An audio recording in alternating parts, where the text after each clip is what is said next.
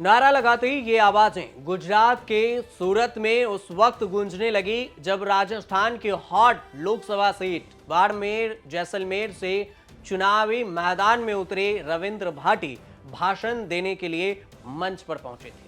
भाटी की रैली में पहुंची इस भीड़ ने न सिर्फ कांग्रेस बल्कि बीजेपी की भी नींद उड़ा दी।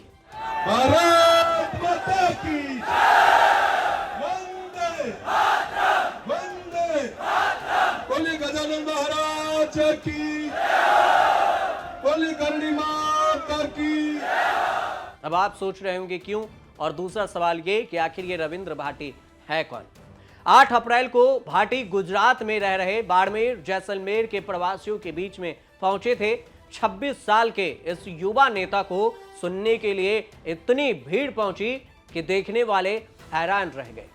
सोशल मीडिया से लेकर राजनीतिक गलियारों में भाटी की चर्चा होने लगी और हाल में ये सीट, जिस सीट से भाटी मैदान में उतरे हैं, वहां से ही उनके जीत के कयास भी लगाए जाने लगे कि रविंद्र भाटी की ही इस सीट से जीत होगी।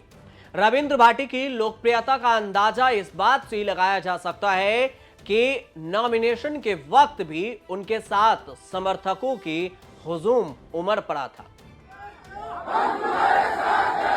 भारत माता की वंदे वंदे इनकलाब इनकलाब।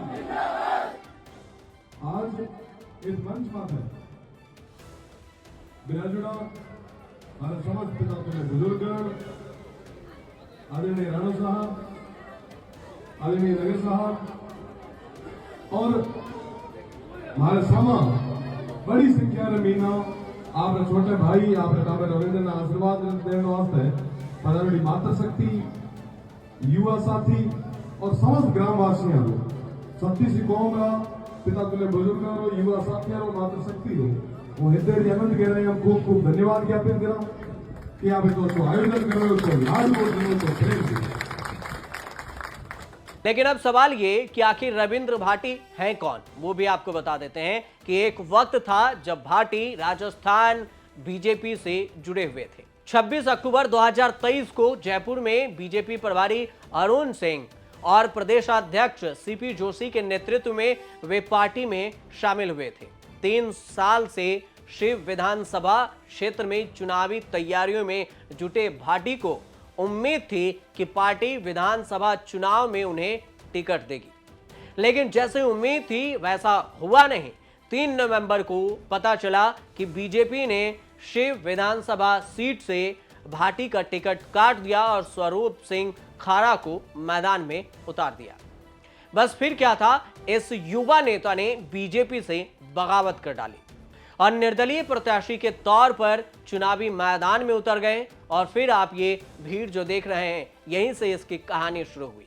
और सिर्फ उतरे ही नहीं, बीजेपी के स्वरूप सिंह खारा को भी हरा दिया और कहा जाए कि सेब को अपनी पार्टी का निशान बनाने वाले इस कम उम्र के नेता ने बुरी तरह से पटखनी भी दे दी। तो ये बात गलत भी नहीं होगा, क्योंकि रविंद्र भाटी के भाषणों में धार भी है और तीखे तेवर भी हैं। उनके साथ चल रही, उनके लिए उमड़ रही इस भीड़ को देखकर जनता के बीच में उनके लोकप्रियता का अंदाजा भी लगाया जा सकता है। और अंदाजा लगाना बहुत मुश्किल भी नहीं होगा, क्योंकि ये भीड़ ही पूरी कहानी कह रही है कि कितनी इनकी भीड़ है भाटी के साथ में। भाटी ने छात्र नेता के तौर पर राजनीति में कदम रखा। वे 2019 में जोधपुर की जय नारायण व्यास यूनिवर्सिटी में निर्दलीय चुनाव लड़कर छात्र संघ अध्यक्ष चुने गए थे और उस वक्त भी वे एबीवीपी से छात्र संघ अध्यक्ष का चुनाव लड़ना चाहते थे, लेकिन ऐसा नहीं हुआ और उन्होंने निर्दलीय चुनाव लड़कर रिकॉर्ड जीत हासिल की और इस बार लोकसभा चुनाव में मैदान में उतरे हैं। और इस बार भी वे जिस सीट से लड़ रहे हैं वहां पर बीजेपी के कैलाश चौधरी और कांग्रेस के उम्मेदराम बेनीवाल से सीधा मुकाबला होगा। भाटी खुद 26 साल के हैं और उनके पास युवा नेताओं से लेकर युवा समर्थकों की पूरी फौज मौजूद है। ऐसे में इस सीट पर भाटी को मात दे पाना बीजेपी या कांग्रेस के लिए आसान नहीं होगा।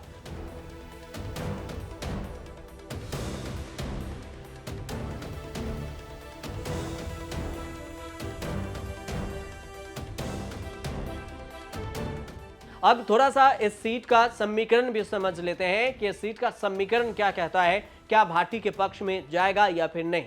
इस सीट पर पिछले 2 लोकसभा चुनाव में बीजेपी का कब्जा रहा है।